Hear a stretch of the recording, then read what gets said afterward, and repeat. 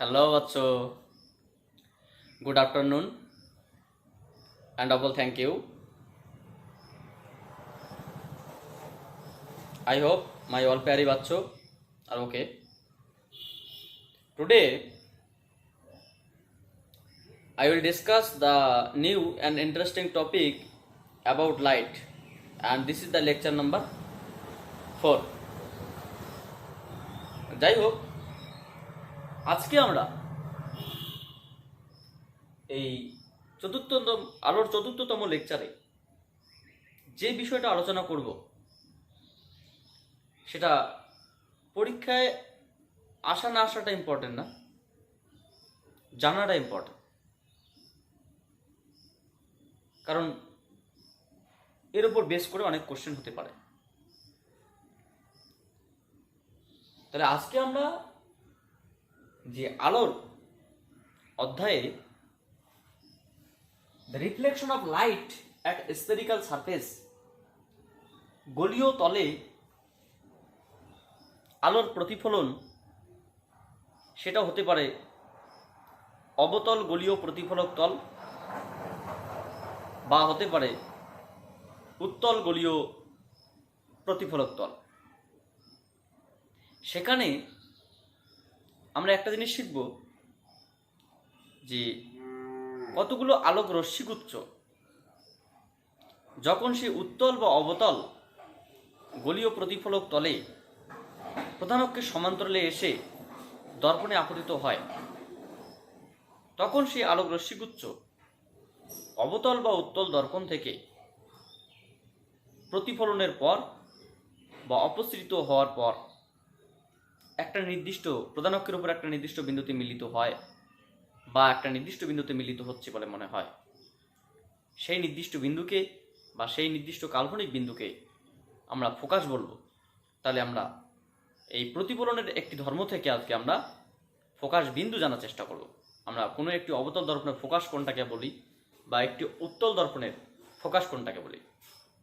শুধু ফোকাস বিন্দু না, সেই ফোকাস বিন্দু থেকে সেই দর্পণের যে মেরু বা পোল থাকে, সেই পোলের যে দূরত্ব সেটাকে বলা হয় ফোকাস দূরত্ব, সেটাও জানবো। সেটা উত্তলের ক্ষেত্রেও জানবো, অবতলের ক্ষেত্রেও জানবো। শুধু ফোকাস বিন্দু নয়, ফোকাস দূরত্ব নয়, ফোকাল প্লেন বা ফোকাস তলও জানবো। সেই ফোকাস বিন্দুগামী প্রধান অক্ষের সঙ্গে অবিলম্বভাবে যদি কোনো তল কল্পনা করা হয় তাহলে সেটাকে বলা হয় ফোকাস তল বা ফোকাল প্লেন, সেটাও আমরা জানবো। শুধু সেটা নয়, আমরা এতক্ষণ যেটা বললাম সেটা মুখ্য ফোকাসের অন্তর্গত। আমরা তার সঙ্গে সঙ্গে গৌণ ফোকাস বিষয়টাও জানবো, যে গৌণ ফোকাস আবার কখন গঠিত হয়, গৌণ ফোকাস দূরত্ব কি আলাদা, বা গৌণ ফোকাল প্লেন কি আলাদা, বা গৌণ ফোকাস বিন্দু কি আলাদা, মুখ্য ফোকাসের সঙ্গে গৌণ ফোকাসের এমন বিশেষ কি পার্থক্য রয়েছে। পার্থক্য পরীক্ষা আসবে না, এমন বিশেষ কি পার্থক্য রয়েছে, আমরা ডায়াগ্রামেটিক বিষয়টা দেখব। তো এই সমস্ত বিষয় নিয়ে আমরা এই লেকচারটা আসি। আমাদের এই প্রতিফলনের একটা স্পেশাল পার্ট, যেটাকে আমরা বলতে পারি ফোকাস। ফোকাস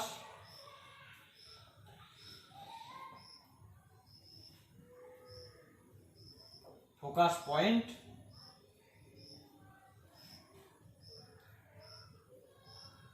ফোকাল লেন্থ,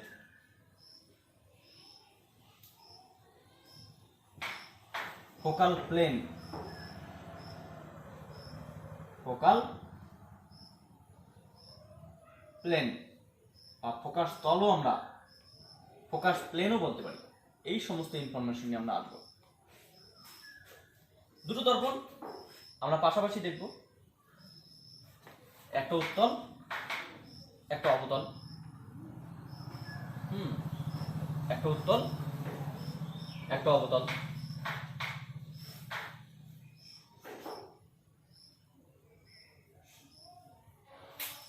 তাহলে এইদিকে আমরা কনকেভ নিচ্ছি, কনকেভ মিরর। আমাদের আর এখন প্লেনটা লাগবে না, কারণ প্লেনটা দিয়ে শুধুমাত্র আমরা বক্রতা কেন্দ্রের সঙ্গে দর্পণের উপর যে বিন্দু, যেটাকে আমরা অবিলম্ব বলি, শুধুমাত্র অবিলম্বটা বোঝানোর জন্যই আমরা প্লেন মিররটা নিয়েছিলাম। তো আমরা আশা করি যে অবিলম্ব কোনটাকে বলা হয়, বক্রতা কেন্দ্রগামী যে কোনো রেখাই অবিলম্ব, সেই উত্তল বা অবতল দর্পণের উপর অবিলম্বটা আমরা যেহেতু জানতে পেরেছি, তাই আর এখানে আর সমতল দর্পণের কোনো ভূমিকা নেই। আরটা হচ্ছে তোমার কনভেক্স মিরর।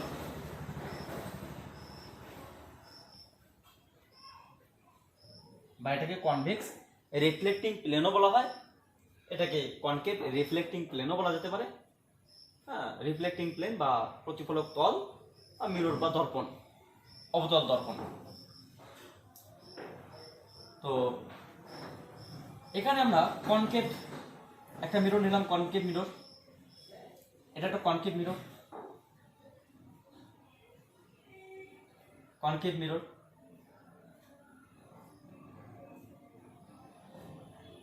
মিররের নাম হচ্ছে কি M1 M2। মিররের পোল কি P। পোল বিন্দুগামী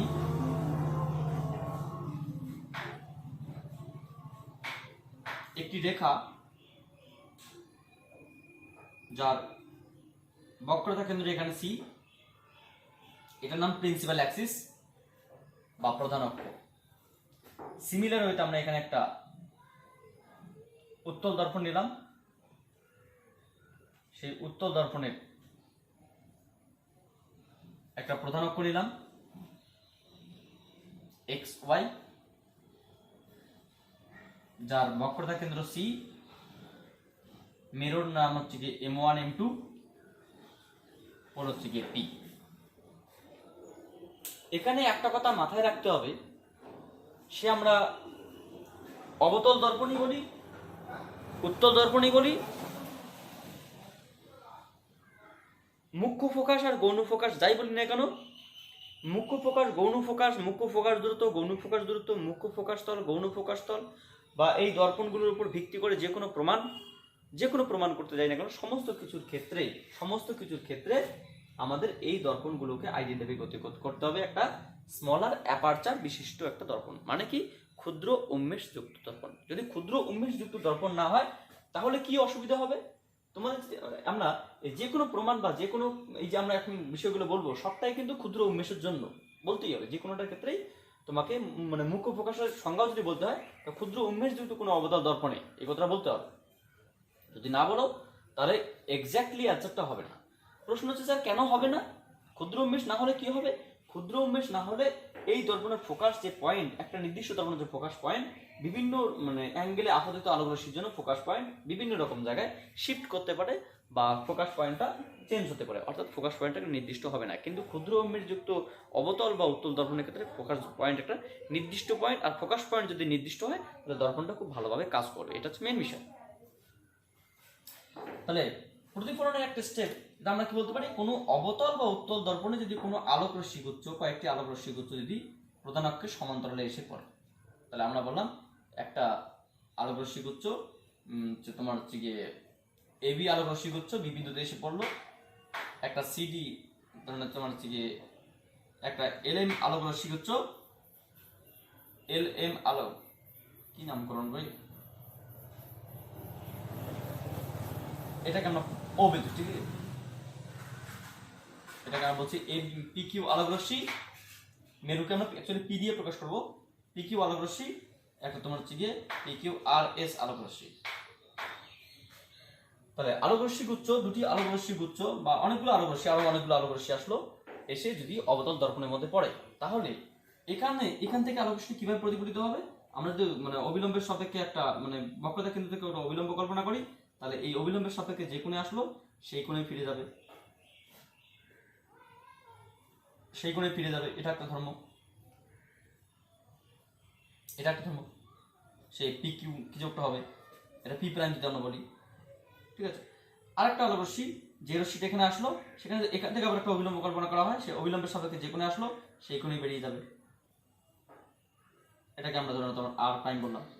তাহলে এই প্রতিফলিত আলোক রশ্মিগুচ্ছ যখন দর্পণে অনেকগুলো আলোক রশ্মিগুচ্ছ যখন কোনো একটি দর্পণে প্রধান অক্ষের সঙ্গে সমান্তরালে আসবে, সমান্তরালে এসে প্রতিফলনের পর যখন বেরিয়ে যাবে তখন তারা দেখা দেবে যে প্রধান অক্ষের উপরে একটি নির্দিষ্ট বিন্দুতে মিলিত হয়েছে। আমাদের কিন্তু এই রেখাটি এবং এই রেখাটির কোনো ভূমিকা নেই। এই রেখাটি এবং এই রেখাটি আমাকে এখানে দেখানোর দরকারও নেই।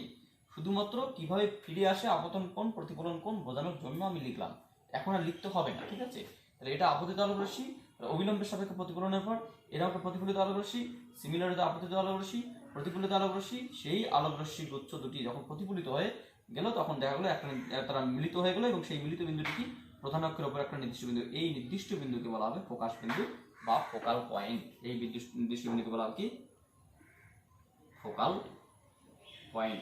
শুধু ফোকাল পয়েন্ট না, এটাকে বলা হয় প্রাইমারি ফোকাল পয়েন্ট বা ফোকাস পয়েন্ট।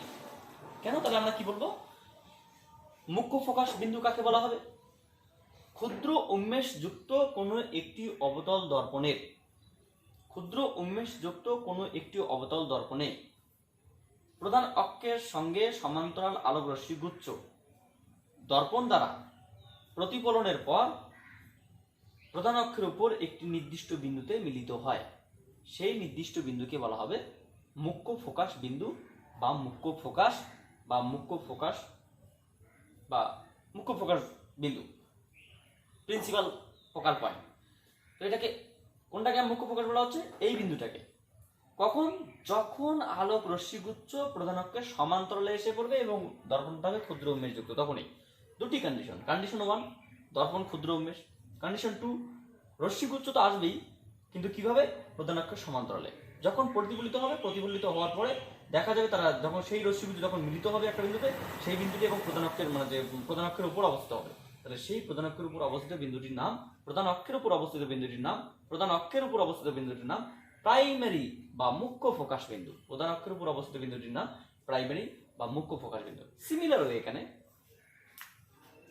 ধরে নাও তোমার কতগুলো আলোক রশ্মি গুচ্ছ, এখানে একটা আলোক রশ্মি গুচ্ছ আসলো, এখানে একটা আলোক রশ্মি আসলো, এখানে একটা আলোক রশ্মি আসলো। তারা প্রতিফলনের পর কোন দিকে যাবে? প্রতিফলনের পর অ্যাকচুয়ালি তারা এখানে যদি অবিলম্ব কল্পনা করা হয়, আমি একটা জায়গায় দেখাচ্ছি, এখানে যদি অবিলম্ব কল্পনা করা হয় তাহলে অবিলম্বের সাপেক্ষে এই কোণে আসলো, এই কোণে আসলো, আই কোণে, তাহলে অ্যাকচুয়ালি আর কোণে ফিরে যাওয়ার কথা, সেখানে এখানে আই কোণে আসলো, তাহলে এখানে আর কোণে ফিরে যাওয়ার কথা। হ্যাঁ, মানে আর কোণে ফিরে যাওয়ার কথা, অবিলম্ব যদি কল্পনা করা হয় অবিলম্বের পরে এরকম করে ফিরে যাওয়ার কথা। তাহলে এই রশ্মি দুটো ফিরে গেল, এরা তো কোনোদিনও মিলিত হবে না। এটাও ফিরে গেল, এটা যেমন কি ফিরে আসার পরে একটা বিন্দুতে মিলিত হয়েছে, এটা কিন্তু ফিরে যাওয়ার পর কোথাও মিলিত হবে না, বরং মনে হচ্ছে এই দুটি রশ্মি গুচ্ছ কোনো একটি নির্দিষ্ট বিন্দু থেকে ফিরে আসছে বলে মনে হয়। কোনো একটি নির্দিষ্ট বিন্দু থেকে ফিরে আসছে বলে মনে হচ্ছে। সেই নির্দিষ্ট বিন্দুকে বলা হবে, সেটাও কিন্তু প্রধান অক্ষের উপর, মুখ্য ফোকাস বিন্দু। এটাও মুখ্য ফোকাস। কি বলা হবে? ক্ষুদ্র উন্মেষ যুক্ত কোনো একটি উত্তল দর্পণে প্রধান অক্ষের সমান্তরালে কতগুলো আলোক রশ্মি গুচ্ছ দর্পণে আপতিত করা হলে দর্পণ দ্বারা প্রতিফলনের পর সেই আলোক রশ্মিগুচ্ছ একটি নির্দিষ্ট বিন্দু থেকে অপসৃত হচ্ছে বলে মনে হয়। এটা কি একটা বিন্দুতে মিলিত হয়, এটা একটি বিন্দুতে মিলিত হচ্ছে বলে মনে হয়, বা একটা বিন্দু থেকে অপসৃত হচ্ছে বলে মনে হয়, একটা বিন্দু থেকে বেরিয়ে যাচ্ছে বলে মনে হয়, এটাকে বলা হয় অপসৃত হচ্ছে বলে মনে হয়। সেই নির্দিষ্ট বিন্দুকে বলা হবে উত্তল দর্পণের ফোকাস বিন্দু বা ফোকাল পয়েন্ট। তাহলে অবতল দর্পণের ফোকাস বিন্দু তোমার যে প্রতিফলক তলের এইদিকে হয়, উত্তল দর্পণের ফোকাস বিন্দু প্রতিফলক তলের উল্টো দিকে হয়। আচ্ছা, এটা একটা বিষয় গেল।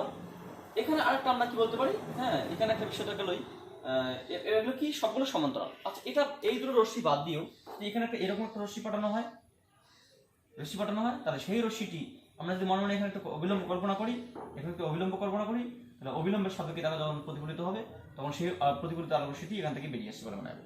সেটাও কিন্তু তোমার হচ্ছে ফোকাস বিন্দু থেকে বেরিয়ে আসছে বলে মনে হবে। যে কোনো আলোক রশ্মি যদি এইদিকে পাঠানো হয় তো সেটা এইদিকে ফিরে আসবে এবং সেটাও ফোকাস থেকে বেরিয়ে আসছে বলে মনে হবে। তাহলে সমান্তরাল আলোক রশ্মি গুচ্ছ সে প্রধান অক্ষ দিয়ে হতে পারে, প্রধান অক্ষ থেকে যে কোনো দূরত্বে হতে পারে। তাহলে প্রধান অক্ষের সেটা কিন্তু ক্ষুদ্র উন্মেষযুক্ত, প্রধান অক্ষের সঙ্গে সমান্তরালে অনেক আলোক রশ্মি গুচ্ছ যখন প্রতিফলিত হয়, তখন প্রতিফলনের পর একটা নির্দিষ্ট বিন্দুতে মিলিত হয় বা নির্দিষ্ট বিন্দু থেকে মিলিত হচ্ছে বলে মনে হয়। সেই নির্দিষ্ট বিন্দুকে বলা হয় মুখ্য ফোকাস বিন্দু। আচ্ছা, এখানে আরেকটা পয়েন্ট আছে, যে পয়েন্টটাকে আমরা কি বলতে পারি, এটাকে মুখ্য ফোকাস বিন্দু বা এটাকে মুখ্য ফোকাস বিন্দু আমরা বলতে পারি। আরেকটা পয়েন্ট কি, আরেকটা পয়েন্ট হচ্ছে কি, এখানে যত কিছু হিসাব নিকাশ মানে অবতল দর্পণে এবং উত্তল দর্পণে যত কিছু হিসেব নিকেশ, সে ফোকাস দূরত্ব বলতে পারো, বক্রতা ব্যাসার্ধ বলতে পারো, হচ্ছে গিয়ে বস্তু দূরত্ব বলতে পারো, প্রতিবিম্বের দূরত্ব বলতে পারো, যে কোনো হিসাব নিকেশ আমরা যদি করি, তো সমস্ত কিছু হিসাব নিকেশ করতে হবে ও এর সাপেক্ষে। ও না, অ্যাকচুয়ালি এটা না পি, আমি মূলত কোথাও হয়তো ও এর একটা গল্প করেছি বা পি এর গল্প করেছি। পি বা পোলের সাপেক্ষে, মেরুর সাপেক্ষে, মেরুর সাপেক্ষে। তাহলে এই যে এই মেরুর সাপেক্ষে ফোকাস বিন্দু দূরত্ব, ফোকাস দূরত্ব। মেরুর সাপেক্ষে ফোকাস বিন্দুর দূরত্বের নাম হচ্ছে ফোকাস দূরত্ব। মেরুর সাপেক্ষে বক্রতা কেন্দ্রের দূরত্বের নাম হচ্ছে বক্রতা ব্যাসার্ধ। মেরুর সাপেক্ষে হচ্ছে তোমার ফোকাস বিন্দুর দূরত্বের নাম হচ্ছে ফোকাস দূরত্ব। মেরুর সাপেক্ষে হচ্ছে বক্রতা কেন্দ্রের দূরত্বের নাম হচ্ছে বক্রতা ব্যাসার্ধ। এই বক্রতা ব্যাসার্ধকে স্মল আর দিয়ে প্রকাশ করা হয়, ফোকাস দূরত্বকে স্মল এফ দিয়ে প্রকাশ করা হয়। So focal length is a length for concave or convex mirror. It is a length at a distance from pole to focal point of a convex or concave mirror. যাই হোক, তো এখানে আমরা এই যে দূরত্বটা, এটাকে বক্রতা ব্যাসার্ধ বলছি। বক্রতা কেন্দ্র থেকে মেরুর দূরত্ব বক্রতা ব্যাসার্ধ। স্যার বক্রতা ব্যাসার্ধ এটাও বলতে পারি অবশ্যই, কিন্তু আমরা পোল থেকে যদি স্পেশালি বলি, পোল থেকে এটা বক্রতা ব্যাসার্ধ, এটা কি বক্রতা হচ্ছে কি তোমার ফোকাস দূরত্ব। এখানে একটা প্রমাণ আছে অবশ্য, ফোকাস দূরত্বের সঙ্গে বক্রতা ব্যাসার্ধের একটা সম্পর্ক আছে, a = r/2। সেটা আমরা পরবর্তীতে আসবো, অসুবিধার কোনো কারণ নেই। কিন্তু আপাতত আমরা ওই বিষয়টাকে এড়িয়ে গিয়ে আমরা এই প্রতিফলন ধর্মগুলোকে জানার চেষ্টা করছি। এখানে আরেকটা বিষয় আছে, কি বলতো, তিনটে বিষয়। একটা কি ফোকাস পয়েন্ট, এই যে ফোকাস পয়েন্ট আমরা জানলাম। 2 নম্বর কি ফোকাল লেন্থ, যেটাকে আমরা ফোকাল লেন্থ বললাম, যে মেরুর সঙ্গে মানে ফোকাসের যে দূরত্ব তার নাম হচ্ছে ফোকাল লেন্থ বা ফোকাস দূরত্ব। 3 নম্বর কি ফোকাল প্লেন। ফোকাল প্লেন কি, আচ্ছা এটাকে কি বলা হয়, মুখ্য ফোকাস বিন্দু, এটাকে মুখ্য ফোকাস দূরত্ব, এটাকে মুখ্য ফোকাস বিন্দু, এটাকে মুখ্য ফোকাস দূরত্ব, আর একটা মুখ্য ফোকাস তল আসবে। তাহলে গৌণ ফোকাসের কিছু একটা আসবে ঘটনা, সেটা আমরা তখন দেখবো। আচ্ছা এটা এবার আমরা হিসেব করি, ধরো না এখানে যে ফোকাস বিন্দুটা আছে, এই যে ফোকাস বিন্দুটা আছে, হ্যাঁ এই যে ফোকাস বিন্দুটা আছে, সেই ফোকাস বিন্দুকে কেন্দ্র করে বা ফোকাস বিন্দুগামী এখানে একটা তল কল্পনা করা হয়।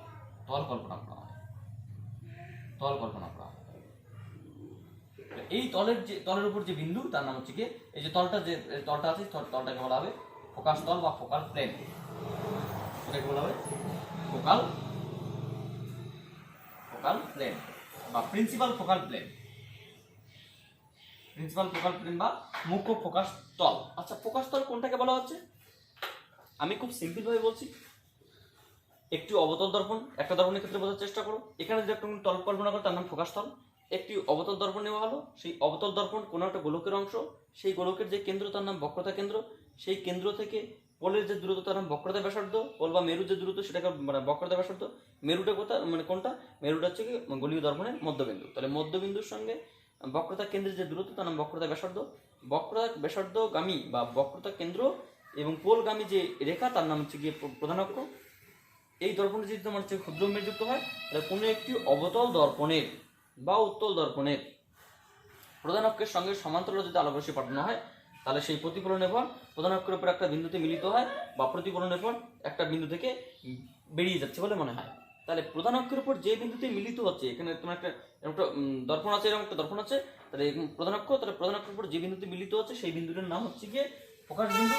সেই বিন্দু থেকে পোলের যে দূরত্ব, সেই পোলের যে দূরত্ব তার নাম হচ্ছে গিয়ে বক্রতা ব্যাসার্ধ মানে ফোকাস দূরত্ব।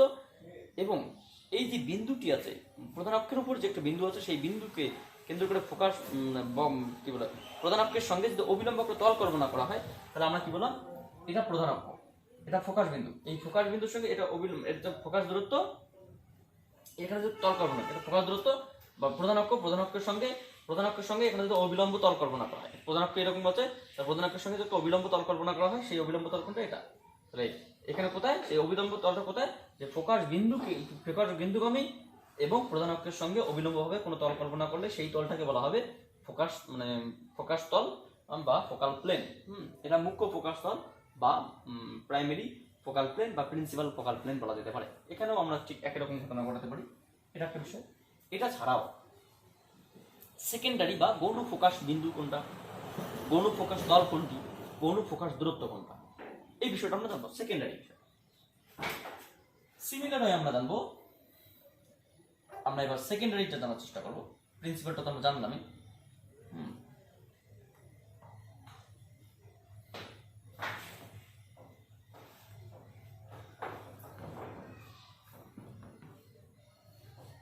আচ্ছা,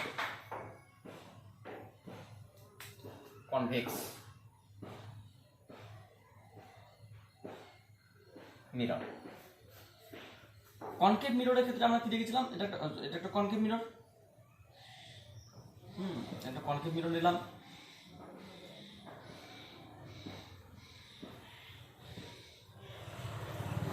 ক্ষুদ্র উন্মেষ যুক্ত একটা কনকেভ মিরর।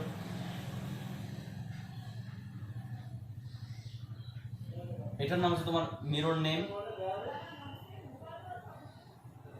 পোল অথবা মেরু, প্রধান অক্ষ,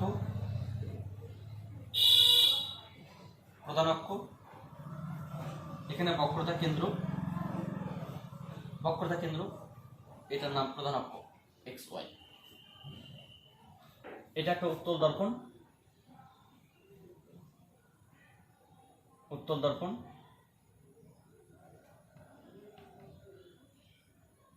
সেই উত্তর দর্পণের এটা তোমার হচ্ছে মেরু, এটা প্রধান অক্ষ, এটা বক্রতা কেন্দ্র, মিরর নেম, পোল। এই হলো বিষয়। এবার গৌণ ফোকাস বিন্দু, গৌণ ফোকাস তল, গৌণ ফোকাস দূরত্ব কোনটা? আমরা কি করেছিলাম এর আগে মুখ্য ফোকাসের ক্ষেত্রে, যে ক্ষুদ্র উন্মেষযুক্ত, এখনো ক্ষুদ্র উন্মেষযুক্ত, আগে যা ছিল এখনো তাই, ক্ষুদ্র উন্মেষযুক্ত কোনো একটি অবতল দর্পণের প্রধান অক্ষের সমান্তরালে আলোকরশ্মি গুচ্ছ যদি পাঠানো হয়, কতগুলো আলোকরশ্মি গুচ্ছ পাঠানো হয় কার সঙ্গে? প্রধান অক্ষের সমান্তরালে, তাহলে প্রতিফলনের পর একটা নির্দিষ্ট বিন্দুতে মিলিত হবে এবং সেই বিন্দুটি প্রধান অক্ষের উপরই থাকবে, সেই নির্দিষ্ট বিন্দুর নাম ফোকাস বিন্দু। এবার কি বলা হবে, যে ক্ষুদ্র উন্মেষযুক্ত কোনো একটি অবতল দর্পণে সমান্তরাল আলোকরশ্মি গুচ্ছ, কিন্তু প্রধান অক্ষের সঙ্গে নয়, সমান্তরাল আলোকরশ্মি গুচ্ছ যারা আসবে তারা সমান্তরাল আলোকরশ্মি গুচ্ছ প্রধান অক্ষের সঙ্গে যে কোনো কোণ করে, যে কোনো কোণে আপতিত হয়ে প্রতিফলনের পর যে বিন্দুতে মিলিত হয় সেই বিন্দুকে বলা হয় গৌণ ফোকাস বিন্দু। ঠিক কিরকম ব্যাপারটা? ঠিক এরকম ব্যাপারটা। আমরা বললাম এরকম একটা রশ্মি এসে পড়লো, এখানে একটা রশ্মি এসে পড়লো, এখানে একটা রশ্মি এসে পড়লো, কারণ এখানে একটা রশ্মি এসে পড়লো সমান্তরাল, ঠিক আছে, এখানে একটা রশ্মি এসে পড়লো পোলে, কোনো অসুবিধা নেই, যে কোনো জায়গায় গিয়ে পড়তে পারে, বা পোলের বাইরে গিয়ে পড়লো, কোনো ব্যাপার নেই, এখানে গিয়ে পড়লো। তাহলে তিনটে রশ্মি কিরকম? সমান্তরাল। তাহলে সমান্তরাল আলোক রশ্মি গুচ্ছ এসে দর্পণে আপতিত হলো। প্রতিফলিত হবে কিরকম ভাবে যাবে? আমরা এখন কল্পনা করতে পারি, এখানে একটা অবিলম্ব আছে, সেই অবিলম্বের সাপেক্ষে যে কোণে আসলো সেই কোণেই বেরিয়ে যাবে। এখানে যদি একটা অবিলম্ব কল্পনা করি, আমরা অবিলম্বগুলো ইম্পর্টেন্ট না, আমরা জাস্ট তোমাদের বোঝানোর জন্য করছি। এখানে যদি একটা অবিলম্ব কল্পনা করি, তাহলে অবিলম্বের সাপেক্ষে যে কোণে আসলো সেই কোণেই বেরিয়ে যাবে, এবং প্রধান অক্ষের সাপেক্ষে যে কোণে আসলো, এখানে একটা অবিলম্ব কল্পনা করা হয়, তাহলে যে কোণে আসলো সেই কোণেই বেরিয়ে যাবে। তাহলে বেরিয়ে যাওয়ার পর এটা কি একটা নির্দিষ্ট বিন্দু দিয়ে বেরিয়ে যাবে। তাহলে এই যে তিনটি রশ্মি বেরিয়ে গেল, আমরা এবার এটা কি করলাম? তুলে দিলাম, ঠিক আছে। অবিলম্বটা জাস্ট অঙ্কন করেছিলাম, যে কোণে আসবে সেই কোণে বেরিয়ে যাবে, এই ধর্মটাকে কাজে লাগানোর জন্য। তাহলে আমরা কি দেখলাম? এই সমান্তরাল আলোক রশ্মি গুচ্ছ প্রধান অক্ষের সঙ্গে যে কোনো অ্যাঙ্গেলে, সবাই কিন্তু সমান্তরাল এবং প্রধান অক্ষের সঙ্গে যে কোনো একটা অ্যাঙ্গেলে এসে, যে সমান্তরাল না হয় প্রধান অক্ষের সঙ্গে যে কোনো অ্যাঙ্গেলে এসে পড়ে, তাহলে সবাই প্রতিফলনের পর প্রধান অক্ষের প্রতিফলনের পর একটা নির্দিষ্ট বিন্দুতে মিলিত হয়, সেই নির্দিষ্ট বিন্দুর নাম হচ্ছে গৌণ ফোকাস পয়েন্ট বা F1', গৌণ ফোকাস বিন্দু, ঠিক আছে। আচ্ছা, গৌণ ফোকাস বিন্দু থেকে ফোকাস মানে পোলের যে দূরত্ব, মেরু বা পোলের দূরত্ব, তার নাম কি? ফোকাস দূরত্ব। তাহলে তোমাদের কি মনে হতে পারে যে F1'P is equals to F, এটার নাম গৌণ ফোকাস দূরত্ব, এটার নাম কি গৌণ ফোকাস দূরত্ব? না, অবভিয়াসলি নয়, গৌণ ফোকাস দূরত্ব এটা নয়। গৌণ ফোকাস দূরত্ব কোনটা বলা হবে? এই বিন্দু থেকে যদি একটা প্রধান অক্ষের উপর একটা অবিলম্ব টানা হয়, তাহলে এই বিন্দুর সঙ্গে এই যে পি এর যে দূরত্ব, এটাকে যদি আমরা বলি ধরুন তোমার হচ্ছে কি এল বললাম, তাহলে LP is equals to F, এটা গৌণ ফোকাস দূরত্ব। তাহলে গৌণ ফোকাস বিন্দু থেকে প্রধান অক্ষের উপর অঙ্কিত অবিলম্ব যে বিন্দুর, ওই বিন্দুর সঙ্গে এই যে মানে মেরু বা পোলের যে দূরত্ব তার নাম গৌণ প্রকাশ দূরত্ব।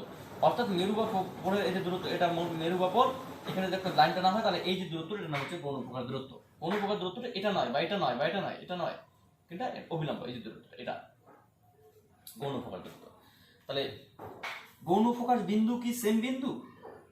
মানে মুখ্য প্রকাশ বিন্দু এবং গৌণ প্রকাশ বিন্দু কি সেম বিন্দু? না, কারণ মুখ্য প্রকাশ বিন্দু হলে সমান্তরালে আসতো এবং এইরকম একটা বিন্দুতে মিলিত হতো, মানে প্রধান অক্ষের উপর অবস্থিত হতো। তাহলে মুখ্য প্রকাশ বিন্দু এখানে আর গৌণ প্রকাশ বিন্দু এখানে। তাহলে F1 প্রাইম, F1 এবং F1 prime not same point are not same point, কারণ মুখ্য প্রকাশ বিন্দু এবং গৌণ প্রকাশ বিন্দু সেম পয়েন্ট নয়, একই বিন্দু নয়। কিন্তু মুখ্য প্রকাশ দূরত্ব এবং গৌণ প্রকাশ দূরত্ব সেম, কারণ মুখ্য প্রকাশ কোনটা তো সমান্তরালে আসলে তারা মিলিত হয়ে এখানেই মিলিত হতো। তাহলে এই দূরত্বটা কি মুখ্য প্রকাশ দূরত্ব। তাহলে যদি আমরা বলি এফ আর একটা F prime are always equal, মুখ্য প্রকাশ বিন্দু এবং গৌণ প্রকাশ বিন্দু, মুখ্য প্রকাশ বিন্দু গৌণ প্রকাশ বিন্দু সেম নয়, কিন্তু মুখ্য প্রকাশ দূরত্ব গৌণ প্রকাশ দূরত্ব সমান। আমরা আর কি বলতে পারি, এই যে আমরা কি দেখেছিলাম, মুখ্য প্রকাশে আমি প্রধান অক্ষের সঙ্গে অবিলম্বভাবে কোনো তল কল্পনা করে সেটাকে বলা মানে মুখ্য প্রকাশ তল। ঠিক এরকম এখানে যদি একটা তল কোনো একটা তল কল্পনা করা হয় তাহলে এই তলটাকে বলা হবে প্রকাশ তল। প্রকাশ তল কখনো মুখ্য গৌণ হয় না, হ্যাঁ, প্রকাশ তলের উপর যে কোনো বিন্দু, এই বিন্দুর নাম। তাহলে এই প্রকাশ তল মুখ্য প্রকাশের ক্ষেত্রেও সেম, গৌণ প্রকাশের ক্ষেত্রেও সেম। প্রকাশ দূরত্ব মুখ্য প্রকাশের ক্ষেত্রেও সেম, গৌণ প্রকাশের ক্ষেত্রেও সেম। প্রকাশ বিন্দু মুখ্য প্রকাশের ক্ষেত্রে একরকম, গৌণ প্রকাশের ক্ষেত্রে একরকম।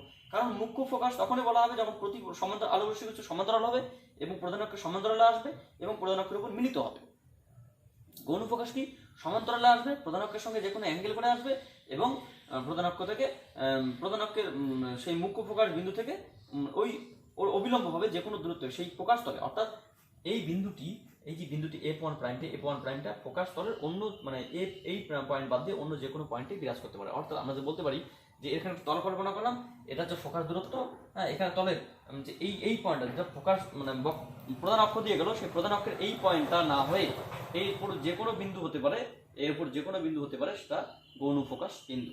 রশ্মিগুলো এই দিক থেকে আসলে এখানে মিলিত হতে পারতো, রশ্মিগুলো হচ্ছে এরকম করে গেলে মানে বিভিন্ন বিন্দু, কিন্তু এই পয়েন্ট বাদ দিয়ে এই তলের উপর যে কোনো পয়েন্ট হচ্ছে সেটা হচ্ছে গৌণ প্রকাশ বিন্দু বা গৌণ প্রকাশ তল বা গৌণ প্রকাশ দূরত্ব এন্ড এক্সেট্রা।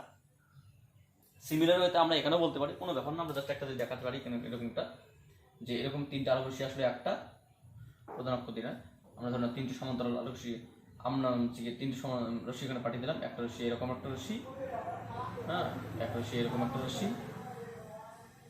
একটা রশ্মি এরকম একটা রশ্মি। তাহলে সেই আলোকরশ্মি গুচ্ছ কি হবে? আলোকরশ্মি গুচ্ছ হচ্ছে কি অ্যাকচুয়ালি এখান থেকে তোমার হচ্ছে অবিলম্ব কল্পনা করা হয়, সেই অবিলম্ব কল্পনা করলে কি হবে, হ্যাঁ, অবিলম্ব কল্পনা করলে সেই রশ্মিগুচ্ছ যখন বেরিয়ে যাবে, তখন রশ্মিগুচ্ছ যখন বেরিয়ে যাবে অবিলম্বের সাপেক্ষে এইভাবে বেরিয়ে যাবে, এইভাবে বেরিয়ে যাবে। এখানে আমরা কতগুলো সমান্তরাল আলোকরশ্মি পাঠিয়ে, ধরুন হচ্ছে তিনটা সমান্তরাল রশ্মি, একটা প্রধান অক্ষ দিয়ে না বক্রতা কেন্দ্র দিয়ে না, এরকম তিনটা আলোকরশ্মি দিলাম 1 2 3। তাহলে তিনটি আলোকরশ্মি কি আসলো, এখানে গিয়ে হচ্ছে গিয়ে অ্যাকচুয়ালি প্রতিফলিত হবে, প্রতিফলিত জাস্ট একটা রশ্মির জন্য হিসেব করে তোমার এটা অবিলম্ব। তাহলে অবিলম্বের সাপেক্ষে এখানে একটু উত্তল দর্পণ তো আঁকানোর একটু সমস্যা হচ্ছে আর কি। আমরা জাস্ট একটা রশ্মি আগে দেখি, ধরো তোমার এরকম একটা রশ্মি আসলো, তাহলে এই রশ্মিটির সাপেক্ষে যদি এখানে একটা তোমার অবিলম্ব অঙ্কন করা হয়, এরকম একটা অবিলম্ব অঙ্কন করা হয়, তাহলে অবিলম্বের সাপেক্ষে এই কোণে বেরিয়ে যাবে। সিমিলার ঠিক আর একই রকম ভাবে আরেকটা রশ্মি আসলো, সেটাও ঠিক এরকম করে বেরিয়ে যাবে, এখানে তোমার এরকম বেরিয়ে যাবে, এরকম করে বেরিয়ে যাবে। আরেকটা রশ্মি আসলো, সেটা কি হবে, এরকম করে বেরিয়ে যাবে। অর্থাৎ এই তিনটি রশ্মি এভাবে বেরিয়ে গেল, একটা এটা একটা বেরিয়ে গেলো, এটা একটা বেরিয়ে গেলো, এটা একটা বেরিয়ে গেলো। তাহলে তিনটি কি দেখো, তিনটে একটা এরকম করে বেরিয়ে গেল, এরকম করে বেরিয়ে যাচ্ছে, এরকম করে তিনটে রশ্মি এরকম করে বেরিয়ে যাচ্ছে। অর্থাৎ মনে হচ্ছে সেই তিনটে রশ্মি কোনো একটা বিন্দুতে মিলিত হচ্ছে। তাহলে সেই তিনটি রশ্মি মনে হচ্ছে কোনো একটা পার্টিকুলার বিন্দুতে মিলিত হচ্ছে। সেই পার্টিকুলার বিন্দুর নাম হচ্ছে গিয়ে আমরা কি বলতে পারি, প্রকাশ বিন্দু, বা এটাকে আমরা বলতে পারি গৌণ প্রকাশ বিন্দু। অ্যাকচুয়ালি সেই বিন্দুটা হচ্ছে এখানে যাবে না, এখানে অ্যাকচুয়ালি এই মাঝে মাঝে ফোকাস যে অরিজিনাল পয়েন্ট থাকে, সেই অরিজিনাল পয়েন্টের ফোকাস তলের উপর কোনো একটা বিন্দুতে হবে, সেটা আমি আমার পিকচারে অঙ্কনের জন্য এরকমটা হচ্ছে, ঠিক আছে।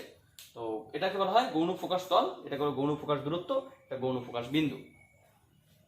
তো এই হচ্ছে তোমাদের হচ্ছে গিয়ে ফোকাসের উপর বেস করে কিছু ইনফরমেশন। আমরা পরবর্তী নেক্সট লেকচারে আমরা অভিসারী রশ্মির জন্য প্রতিফলিত রশ্মি কোথায় মিলিত হয় বা প্রতিবিম্ব কিভাবে সৃষ্টি হয়, আর অপসারী রশ্মিগুচ্ছ কি বা ডাইভারজেন্স কনভারজেন্স কি, অপসারী অভিসারী কি, এগুলো জানবো।